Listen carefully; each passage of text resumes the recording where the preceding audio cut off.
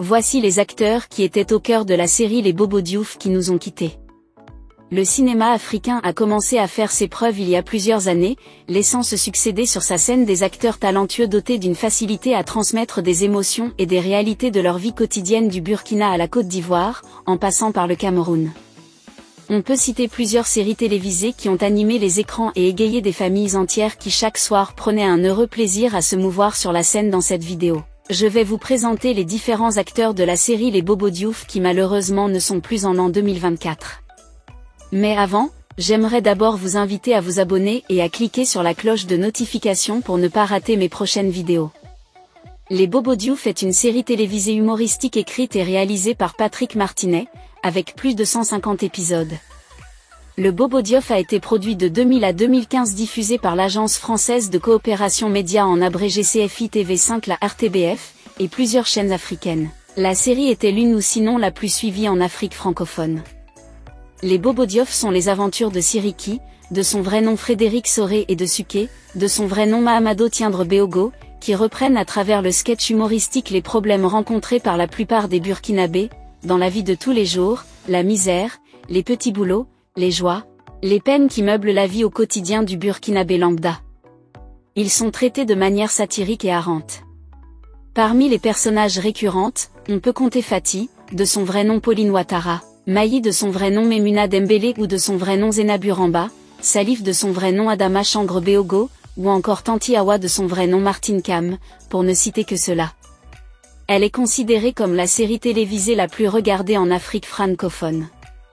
Le premier acteur de cette série qui nous a quittés est Tonton Brahma. Rares sont les Africains qui n'ont pas connu le célèbre comédien burkinabé André Bokouma, affectueusement appelé Tonton Brahma, pour un rôle incarné dans la série burkinabé Les Bobo Diouf. Malheureusement l'acteur ne sera plus sur l'écran de télévision. Âgé de 65 ans, le comédien André Bokouma alias Tonton Brahma aurait d'après les médias burkinabés succombé suite à une courte maladie. Rendu célèbre par la série comique à succès Les Bobo Diouf, où il incarnait le rôle d'un père transige envers ses deux filles et son épouse. Il avait également joué dans de nombreux films burkinabés. Décédé le vendredi 14 août 2015 à Bobo Dioulasso, suite à une courte maladie, Tonton Brahma de la famille des Bobo Diouf a été inhumé dans la soirée du dimanche 16 août au cimetière municipal de Bobo Dioulasso. Un moment de forte émotion pour les amis, parents et acteurs du cinéma burkinabé. Le corps arrivait au cimetière MPAL aux environs de 15h25. Sur les lieux il y avait eu des prières et des bénédictions avant l'inhumation de l'un des plus grands acteurs du cinéma burkinabé. Nous avons à sa suite Tanti Abi, femme de Tonton Drissa, mère de Fati et Amadou et tante des deux personnages principaux selon une information confirmée par la radio-télévision du Burkina. Sur son site internet, l'actrice burkinabé Fatim Milogo est décédée le 23 octobre 2014 des suites d'un arrêt cardiaque. Fatim Milogo était surtout connue sous le nom de Tanti Abi en souvenir de la série télé Les Bobo Diouf. Fatim Mogo est mère de deux filles décédées à l'âge de 65 ans. Elle a été inhumée dans la ville de Bobo Jula. Nous avons également Tonton Drissa. Tonton Drissa est le personnage qui a joué dans la série télévisée Les Bobo Diouf. Le rôle du père de Fati, le mari de Tanti Abi né le 31 décembre 1941 à Ouagadougou. Il était instituteur de formation, Majesté. Pour d'autres il a passé presque toute sa carrière professionnelle comme bibliothécaire au Centre culturel franco-voltaïque de Bobo Dioula, ensuite et plus tard au Centre culturel Henri Mathy. Il fut l'un des meilleurs de sa génération, pour la génération d'écoliers et d'élèves des années 70, 80 et 90. Il imposait le respect et le sérieux. Toujours rigoureux dans l'entretien des livres et documents qui étaient mis au service des abonnés de la bibliothèque. Il encourageait régulièrement les uns et les autres à la lecture des documents qui participaient à l'éveil de conscience, les romans et les films en noir-blanc de Tintin et autres. Les mardis et jeudis après-midi, il a participé à une émission théâtrale radiophonique de Radio Bobo, dont lui est venu le nom de Majesté, avant de jouer le rôle de Tonton Drissa dans la série télévisée, Les Bobo Diouf. Ce feuilleton retrace la vie de tous les jours dans la vie de Bobo Dioula au Burkina Faso. Ses misères, ses joies, le tout sur un ton humoristique. Cela explique d'ailleurs son succès international. Jean-Gustave Colombo a été rappelé à Dieu le 22 décembre 2014.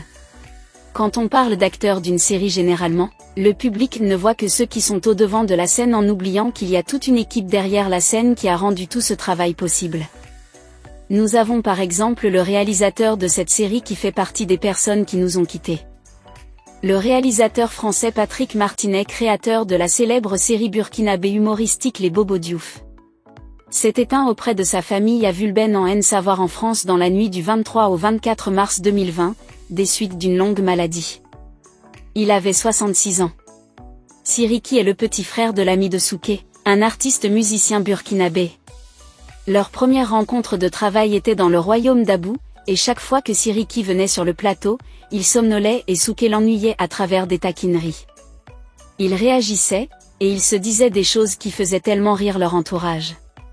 Le réalisateur s'est inspiré de ces différentes taquineries, et en 2004 Patrick Martinet avait expliqué les problèmes qui existaient déjà en raison de la fermeture de CFI TV, le principal client. Cela a fait qu'il y avait environ 50% en moins sur les droits de diffusion.